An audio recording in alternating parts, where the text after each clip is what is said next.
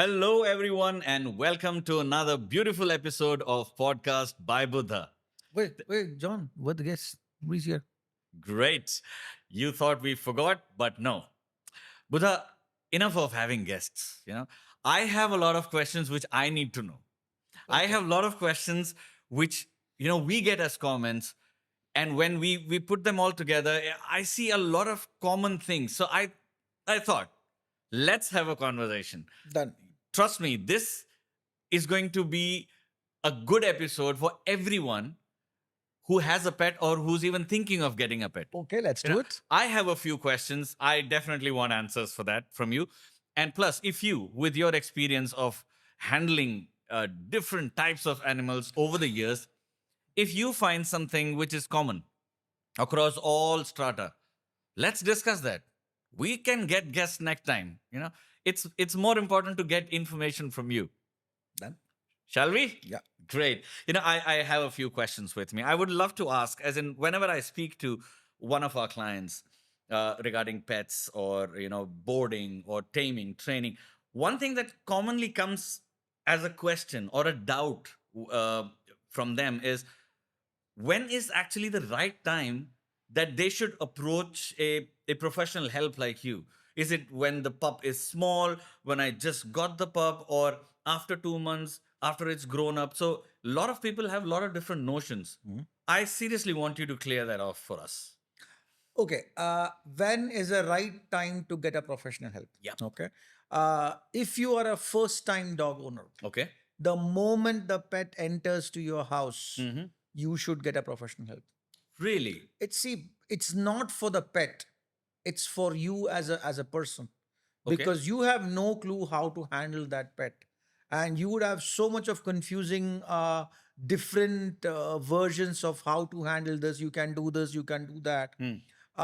But to kind of exactly understand how to handle that pet in your house, Hmm. the moment the dog or the pet comes into your house, you need help, Okay. and right kind of help. Not to teach any kind of circus tricks like sit, stand, jump, roll over. Hmm. Mm-hmm. It's from basics, as simple as to potty train to how to manage that animal in that house, and also what does that animal require Hmm. for its own health and safety. Okay. But all the people who come to you Yeah. for help at Mhm. different stages of their owning a pet, how many of them, if you want to put it in a percentage, how many of them actually reach out to you in the initial days of owning a pet, like within 1 week or 2 weeks? How many of them? A very less percentage. Yes, that's exactly what my And doubt what was. happens? See, the problem right now, all these the animals, when they bring them to their house and Hmm. everything, the entire social media basically portrays them as this, this wonderful bundle of joy Hmm. or a toy that you bring into your house. Right. Trust me, that's the worst thing a person can expect, because the same pet that can be a bundle of joy can become your worst nightmare.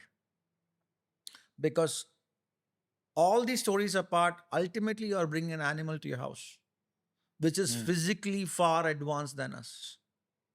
An animal. Yeah, of course. From Okay. a parrot to a dog, anything. They physically they're far advanced than us. So I think looking at statistical data, I think 5 or not even 10% of the pet owners would actually think of getting professional help Yeah. in the initial days, which you think is wrong. Yeah, definitely strong. So the moment, like this can be a good insight for all those to be pet owners, that the day you decide to get a pet, I would say, as Buddha says, day one, seek out for professional help. Do you think that that helps in building up the character of the animal, or the behavior of the animal right from day one? Does it help? Definitely. So as I said, a new dog owner should, the moment they start, the moment the pet starts growing into your house, the moment the pet walks into your house, Hmm. pet is learning, pet is observing, pet is learning, pet is basically. I always say either you are training the pet or pet is training you. No, but then my question, just to contradict, uh, why can't I let my pet be in my house for, say, a month and see how it behaves? And then, if anything I see as a red flag or something which is wrong as per a human, then I approach professional help. Okay, let's understand how that works. It's training, obedience, and correction. Okay. Training is basically guiding the animal on, it's called association. Mm-hmm. The animal learns by association. This is what this means. This sounds means this. When you're out, this is what you're expected to do. Basically, you teach the animal what the animal is supposed to do. Hmm. Obedience comes from repetition. The Okay. same things becomes patterns, Hmm. Hmm. and corrections comes in the end. So Okay. the approach which you're telling me is already letting the animal come to your house, form a behavior, then correct it. So Which instead will of be tougher for sure. instead of correcting the behavior, guide the animal what they're supposed to do. So you don't need corrections then. They fall into patterns. Unlike Makes sense. humans, they don't judge, they don't question. So once they know this is my pattern, I'm happy. See, in this house, Buster is not supposed to attack Joy. For Buster, Joy is not food. So he's quietly sitting over there. Joy is happily sitting beside me. Which Which is definitely would not happen in wild. no, it's not their instincts. As per genetic instincts, Buster should immediately go for him. Hmm. He should not be sitting. He's actually sleeping right now. I think our conversation is really boring for him. Sorry. Man. So, But just to add to that, as in we have had a lot of big dogs yeah, coming into the studio, while both of them were like chilling out yeah. at some point of time. Because they know what their job is. This is what I do in this summer house. And on top of that, they also know they are safe. Hmm. Like when they are following these patterns, they are safe in this environment, so they are happy. Makes sense. So Makes that's sense. and to add this one more point in that, if you are an fairly experienced dog owner Hmm. and it's something happens where you don't understand certain behaviors, Hmm. don't let it escalate. The moment those behavior patterns starts developing, get professional help. Now you might say, I am an experienced owner, I have had dogs. Hmm. Of course, all due respects to that, but how much dogs have you seen? Like if Yes. you ask personally, for me, from last 4 to 5 years, I'm handling some 160 animals a month. Wow. That itself is a learning experience. Of course. Of course. Right. Every So case is different. yeah, some things which you might have not noticed, I've Hmm. already experienced and worked on it. Hmm. Hmm. Hmm. So it's just a matter of fact of that understanding what is going wrong, fixing it at a very early age, rather than escalating it to a level where it starts causing incidents Hmm. and then addressing it. You in between you mentioned that right from the beginning, when it comes to a new atmosphere or a home, it starts picking up patterns. Yeah. Just a funny question, human side question. Every pet owner would put a name to their pet. Mhm. Now my question is, does the pet actually recognize his her name? For a pet, it's just a sound. Sound, Yeah, not the name. not the name. I have a client who trained his dog's name as Good Boy. Because when he was raising his puppy, of course, he named him Bruno. Okay. But when he petted him, good boy. When food comes in, good boy. When he comes out of the crate, good boy. So Wow. everything good in his life is good boy. So it's reached a stage where now you call his name, he doesn't even bother. Or you call him good boy. The moment he says good boy, he comes crashing down. Wow. So it's obviously they don't understand words. Exactly, it's a sound for them. Vowels. It's a sound. So anything close to the name sound of their name, they will still respond. Yeah. Like if my name is John, and if somebody calls me See, Don, moreover, I'll tell you this so much Don. deeper. So what happens is your dog will understand the tone which you're calling that sound. Like if it's an angry tone, if Yeah, it's they a realize. loving tone, they Yes, because they start associating. but over the period of time. Yeah, see, Like, that's what I always tell people. When you try to teach an animal a command, for example, sit, hmm, don't try to raise your pitch. Don't come into a stage where, oh, why don't you sit down? Sit, sit, sit, sit, sit. No, sit. That's it. Don't try to repeat it so much time, because the more you repeat it, the more the animal loses its. Okay, he makes this sound 100 times. I will listen when I want to. yeah. So So you mean to say that the sound that they repeatedly hear, which associates them with their owner calling them, that for them becomes their name, Yeah. and they react to that. And same way, for example, if you start telling one command 10 times, like if Hmm. you say sit 10 times, Hmm. and the high pitch sound becomes the command. Okay. So if you're trying to do that command, sit, for example, Yeah. so you suggesting that it should be in your normal, regular, Yeah. relaxed sound as if you're talking to the dog, but that's a command. Yeah. That's better way for the dog to learn. Wow. Okay. And to go to another level, you don't need even the sound. What Because does if you that mean? notice, if you actually go through my videos on my Instagram, when I'm doing this walk and stop video, the moment I stop, my dog's heels beside me. I don't have treats. I don't use sound. So that's an evolved behavior, I would Yes, say. because see, there's two ways to work with the dog. One is circus tricks. Yeah. Okay. Second is actual working with the dog. So when your dog is working with you as a team, Hmm. when you stop Hmm. and he's connected to you, his bum will be on the floor because that's where he's like, okay, what should I do next? Wow. That's how the natural, that's how their brain works.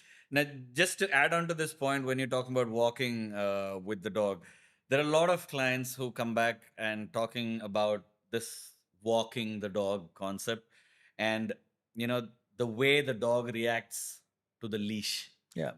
The pull, push, the dog is pulling and the owner's pulling on the other side.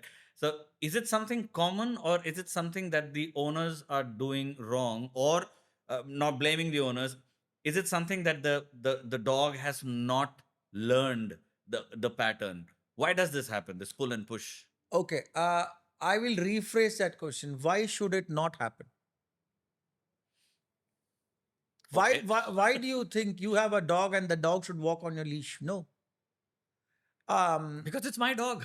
yeah, it's your dog, but dog does not think so. Like it's saying, I'm taking you for. See the first mistake. What happens right now is that people bring puppies. Hmm. They let the puppy run around.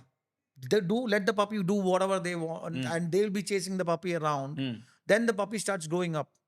Then they put the leash, the collar or the leash or the harness, whatever Hmm. X Y Z Hmm. reason. Hmm. Then they expect the puppy to listen. Hmm. That will not happen. Why? Why would leash is for humans? It is not for the dogs.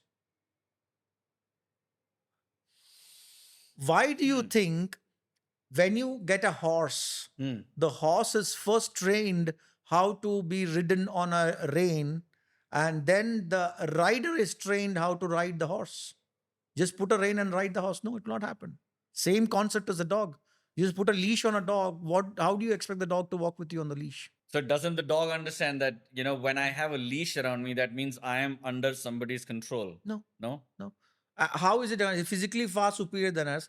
As the puppy starts growing up, he can know that I can easily pull humans around. And ultimately, the walk itself starts by dog walking the human. So the in the before we talk about leash reactivity and everything, let's understand the basics.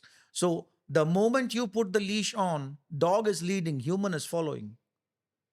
Then everything next is what dog will decide. Whether to jump on people friendly, whether to bark on people, uh, snap at people, and whatever dog will decide what to do. Okay. Okay. That's news. My understanding was like how you exactly took the example of a horse. Mm. When you put a rein and a saddle on a horse, the horse gets ready, or the horse thinks now No, no, no, no, no. The horse has to be trained first. first. What a saddle and the rein means. There's a whole amount of effort that is goes before somebody can climb on a horse. But see, this is the problem. Me learning from social media. Yeah. No, no, This no. is just See, half the truth. if you think that you can just put a saddle on a horse so you can ride the horse, God save you. Okay, I get it. So, okay, now you said that the horse has been trained that, once a saddle comes on you, once the rein comes on you, this is what next is. What does the okay when you ride the horse, there's certain things which you follow, Hmm. like you just start tapping the horse With your legs, the horse starts moving. Yeah. You pull the rein too hard, they stop. Yeah. You nudge on one side, they turn to the same side. Yeah. See, these are all trained things which a horse So, learns. yeah. So taking this as a cue point, can this be done to a dog? Definitely. So that That the dog, has to be done to a dog. so you mean to say that there can be a scenario or a level of training that the moment you put a leash on a dog, the dog knows, okay, we are going for a walk, Yeah. and I'm supposed to walk with him, not in front of him, or Yeah. no pulling and stuff. It can reach to that level, Yes, definitely it can reach to that. and this training can start any time of the tenure of or the age of the dog. Easiest if they start very Early. young.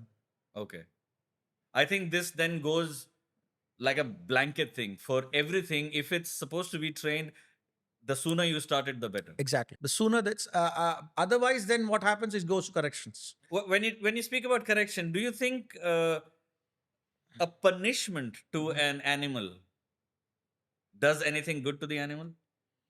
Uh, See, punishment to the animal, first of all, without the animal knowing what the animal's supposed to do, will end up in abuse. See, whatever there are different kinds of corrections. But if your animal does not know what the animal is supposed to do, where do you think the corrections will work? Because, for example, the common thing that if a puppy pees over here, make him smell the pee. Okay, and a tap on the nose. That's a common saying which everybody goes. But if your puppy does not know where he's supposed to pee, you might do that. Puppy will not pee here, but puppy will pee another place just beside it. He never learned where he's supposed to pee. So basically, what you're trying to emphasize is you can only punish, or I'm sorry to use the word punish, you can only correct the animal only if you've actually trained him to do what is right. Training, obedience, then comes corrections. I'm learning. Another thing that always comes to me in questions: can the actual dog sense fear if you have it? Yes, any animal can sense a state of hesitation, which we can that can be because of fear and everything. Well, I'm sorry to interrupt you. I have always learned social media again that an animal can sense danger. But is it that I'm not going to harm the animal? I'm just scared of the animal. Can the animal sense the fear that I have? Definitely. See, I go to sessions where dog comes bolting to attack me. Okay, and the owner is surprised that they don't attack. They start sniffing me around. But that stage of where he attacks me and starts sniffing me is just a simple. If I take a step ahead and back, that will completely change the equation. Okay. So the sense of calmness and the state of mind which I have, the animal realizes. That there is no fear. Yeah. So, in other ways, if you have fear, as in how would this is a curious question, personal, okay? If I have fear and I see that animal in front of me, how do you think that animal would react? Would it capitalize on my fear and come He will bite try to me? dominate. Okay. Or it will just stay away. No. No, if the animal is scared, okay, you have to understand a lot of concepts over here. Number one thing is being territorial, which is a fairly natural thing an animal does. Animals, yes. Animals are territorial. Okay. They being expecting them to be social is the biggest mistake that you can make. Dogs are not social animals. Animals are not social. So, for example, now you said whether if you have fear, whether the dog will stay away or attack also depends upon dog's temperament and what he has learned. And For being in his territory or Yes, not. for example, you have walked into his territory, Yeah. and a scared dog has learned when I bark and snap at people, people back off.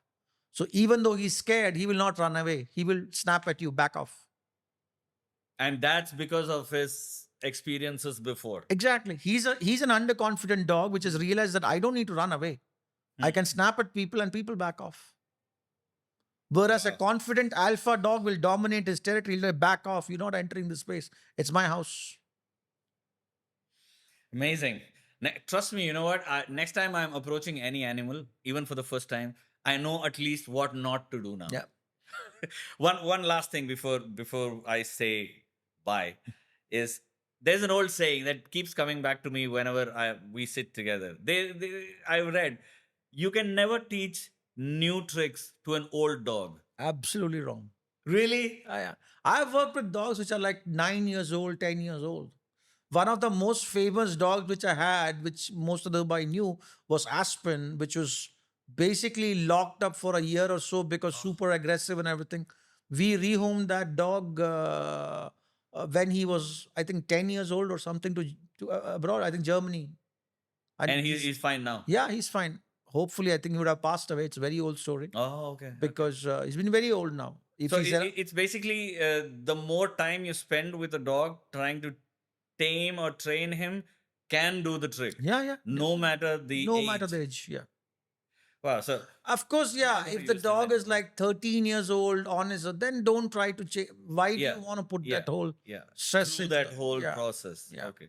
But otherwise, then I think whoever made this phrase No, no, no, no, no. is wrong. Actually, you It, still it can. requires a little bit more patience. That's it. Yeah. Okay. So Buddha, is there any specific scenarios in which if a dog is trained as A, later on being senior, he cannot be trained as B? Anything?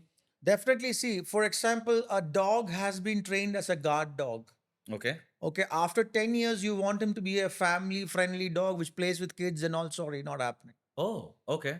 Okay. It might, but don't take that risk. You're putting the kid's life in danger, the dog's life in danger. Because he has been Mm. trained as a guard dog, he's been trained for a specific purpose, Purpose. right? Then, yes, you can, after that, rewire him to work by working with him to stay calm, quietly sitting with you in a family environment. Hmm. But does not mean that kids can jump on him and play with him or something like that. Oh, okay. So if it is an extreme change in the behavior, that's difficult when it's a senior dog. Senior dog, yeah. But holistically, I would say what I learned from you is any training that you want to You impart. can get the balance. Yeah, but any training that you want to do, it's always better to Yes, start very young, ASAP, of course, very yeah. young. That's obviously yes. Great. Thank you so much, Buddha. This is exactly what I wanted to know from you. I said no to guests today, then we should have this conversation. Done. I'm sure not just me, a lot of our viewers also would have definitely benefited out of this because these are very simple, normal, and an everyday question we get on a daily basis. So thank you. Thanks to all of you for sharing all these thoughts that come to your mind. We really take a lot of privilege looking at them, and we try to incorporate this as much as possible. But keep watching Podcast by Buddha. The next week, we will definitely have a new guest with a different story and a different pet. Till then, keep watching Podcast by Buddha every Friday. Till next time, have a beautiful relationship with your pet.